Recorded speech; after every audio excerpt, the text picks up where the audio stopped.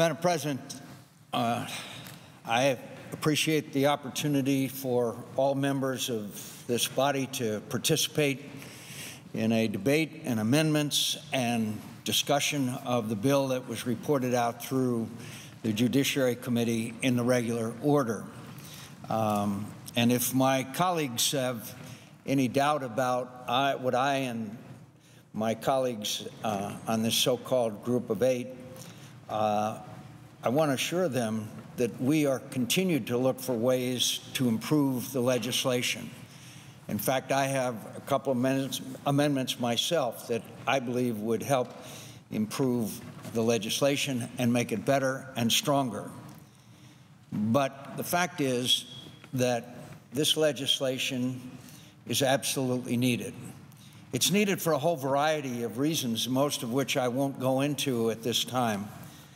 But right now, I hope my colleagues and the American people understand, and I think they do because recent polling overwhelmingly supports this legislation. I hope they understand that the status quo is totally unacceptable. The status quo is de facto amnesty. The status quo is 11 million people living in the shadows, and they aren't going home. And anybody that thinks that we're going to round up 11 million people and send them back to the country that they came from, most of them from south of our border, obviously are unaware of the logistics that would be required there. So if the status quo is unacceptable, don't we all share the same goal of a secure border, of addressing the issue of these 11 million people who are in this country living in the shadows, and by the way, being exploited in incredible fashions because they don't have the rights of citizens, and they did break our laws by coming here, and we are making them pay a heavy price for doing so, including a fine, including learning English, including paying back taxes, including waiting 10 years before they would be eligible for a green card. And most importantly to many Americans, they get in line behind everybody who waited legally, either inside this country or outside it. They have to get in line behind them. And they have to be working for those 10 years. And they have to pay fees of $500, another $500 after 5 years, another $1,000 as they apply for a green card. They have to undergo a background check. Anyone who's committed crimes in this country is going to be deported. And most importantly, this legislation dries up the magnet that pulls people into this country where they believe they can find work. Over 40% of the people who are in this country illegally never crossed a single border. They came to this country on a visa, and it's expired. So that's why E-Verify, which we don't hear a lot about in this debate, is so important.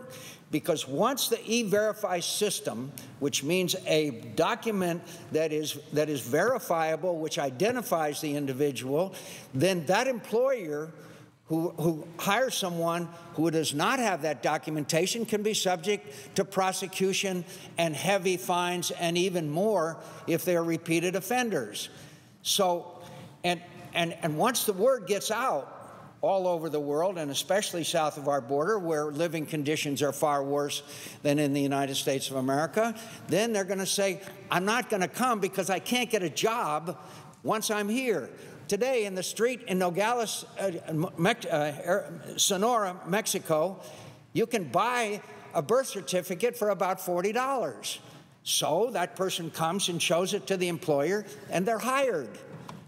Well, the E-Verify system will make that impossible, and that is one of the key elements of this legislation. Now, Madam President, I've been on the border in Arizona for the last 30 years. I've seen the Border Patrol grow from 4,000 to 21,000. I've seen the National Guard deployed to the border. I've seen drones flying along the border. I've seen fences built. And we have to do more. And we have to do a lot more. And those are provisions in this bill. But to somehow say that our border is not secure, that there hasn't been significant advancements in border security defies the facts on the ground. Now, the border is still not secure, despite what you might hear the Secretary of Homeland Security say. It is not secure. But the provisions in this bill, I am confident, I can tell my colleagues from 30 years of experience, I am confident that it will bring this border secure as much as is humanly possible, remembering that there's an aspect of this issue that we don't talk about, and that's the flow of drugs. Because, my friends, as long as there's a demand in this country for drugs, drugs are going to find a way into this country. It's just a fundamental of economics. And we haven't had nearly the discussion nationally, much less in this body, about the issue of the drugs that flow across our border. And believe me, if there's a demand, they'll find a way, whether it's an ultralight, whether it's a tunnel, or whether it's a submarine. But the fact is that we can get this border secured, and the answer, my friends, as is proposed in the Cornyn Amendment, that we hire 10,000 more Border Patrol, is not a recognition of what we really need. What we really need is technology. We need to use the Vader radar that was developed in Iraq, where we can track people back to where they came from. We need to have more drones. We need to have more sensors on the ground. And I've gotten from the Border Patrol, not from the Department of Homeland Security, but from the Border Patrol, a detailed list of every single piece of equipment that they believe is necessary in all 9 sectors of our border in order to make our border secure. And it is detailed. It talks about for example, at the Yuma and Tucson sectors, 50 fixed towers, 73 fixed camera systems, 28 mobile surveillance systems, 685 unattended ground sensors, 22 handheld equipment devices. The list goes on, and it is detailed, and I will be proposing this as an amendment on this bill to let my colleagues know that this is the recommendation of the men and women who are on our border, who are taking this issue on every single day that they're at work, in fact, under very difficult conditions. I noted that the temperature in southern Arizona is over 110 degrees today. It's very tough on individuals as they are patrolling our border. But we need helicopters. We need Vader radar. We need a whole lot of things, and that will be paid for with approximately $6 billion that we provide for in this bill. Over $6 billion. You can purchase a lot of equipment that way. And we're going to use the Army. We're going to use the United States Army to tell us how we can best surveil and enforce this border because of the experience that they've had overseas in Iraq and Afghanistan. So I say to my colleagues, I'm not only apologizing for this legislation that we have proposed and is sent through the Judiciary Committee, I am proud of it. I am proud of the fact that I am confident that we will secure this border by taking the measures that will be required in this legislation. And I also have to say in all candor, my friends, there are amendments which will be proposed which will assist and make this bill better and improve it. There are also amendments that will be designed to kill it. And I intend to do everything I can to reflect the will of the American people. I will be entering in the record poll after poll after poll that shows that over 70% of the American people, if they are confident that we are going to secure our borders, and if they are confident that these people will be brought out of the shadows, but they'll have to pay a fine, back taxes, learn English, get in line behind everybody else, they support this path to citizenship after a 10-year period of having a legal status in this country. Why is it important for them to have a legal status if they haven't committed crimes and they qualify? My friends, today, on street corners all over America, particularly in the Southwest, there's men and women who are standing on a street corner waiting to be picked up by someone and taken to repair their roof or to cut their grass or to do menial labor. And you know what they're getting out of that? They're getting below minimum wage because they have no recourse. They have no recourse to any mistreatment they might suffer. So we want to bring these people out of the shadows. And yes, they broke our laws. And that's why they have to pay such a big penalty. I doubt if there's a member of this body that at one time or another didn't break a law. But we paid a penalty for it, hopefully, and we moved on with our lives. These people have broken our laws, and they have to pay a heavy penalty. And there has been pushback, frankly, from our friends in the Hispanic community, that this is too tough, this is too hard, this is too demanding. And I understand that, and I pushed back against them.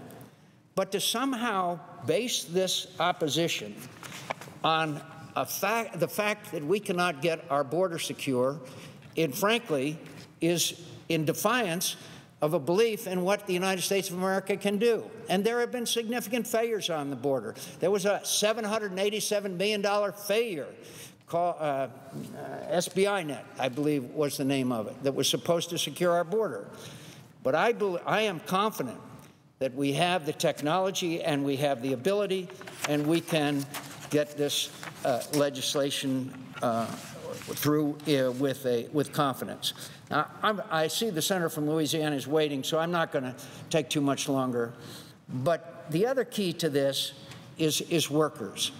And I wasn't frankly happy, and nor will my friends, that we didn't raise the cap higher than we did for guest workers to come into this country. But I would remind my colleagues, anybody who graduates from a United States college with science, technology, engineering, and math degree and have an offer of employment will be eligible to have a green card to stay in this country. Today, in postgraduate schools in the STEM, science, technology, engineering, and math, the majority of the students are from foreign countries. If they want to stay here and work in this country and they have that degree, which we all know there's a shortage of, then we'll let them. High-tech companies would be able to bring in and keep more highly skilled workers through H-1B. The bill would raise the cap to $110,000 a year.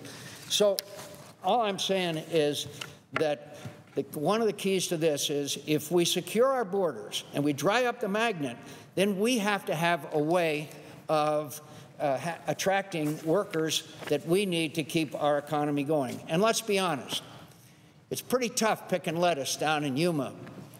And there are not a lot of American workers that want to do that. And that's been the history of this country. Immigrants have come to this country and they've grabbed the bottom rung and they've moved up. And the bottom rung is pretty tough. And we're going to have these people as guest workers, and if they want to become citizens, then they apply for a green card, et cetera. Finally, I just want to say that the Grassley Amendment would, quote, would prevent anyone currently illegally in the country from earning RPI status until effective control. Sounds good. Let me just give my colleagues the testimony of Chief Fisher, Michael Fisher, who's the chief of the U.S. Border Patrol, who testified in February about this very issue. And I quote, "First of all, 90% really wouldn't make sense everywhere. We put 90% as a goal because there are sections along the border where we have not only achieved, we've been able to sustain 90% effectiveness." By the way, that's the case in the Yuma sector on our border, on our Arizona border.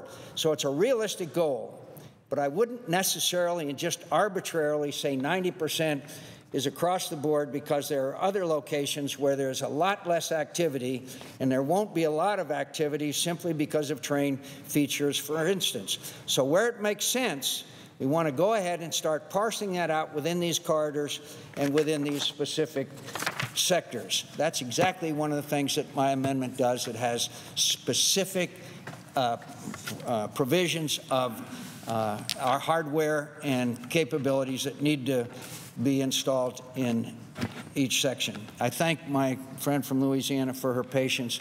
I just want to say, again, to my colleagues, I've seen this movie before. I've been through it before.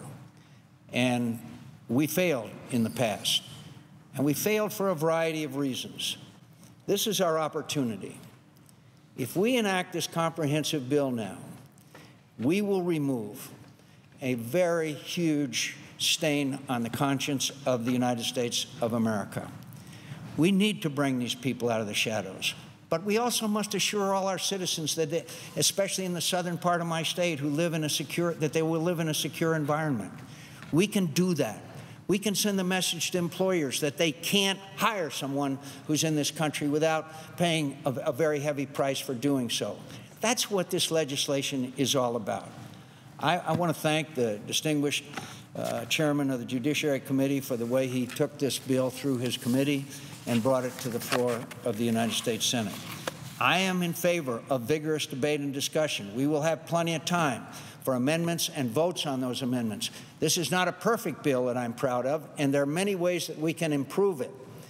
But fundamentally, we have the basics of a package that I think is vitally needed for the good of this nation. And I yield the floor. Thank you.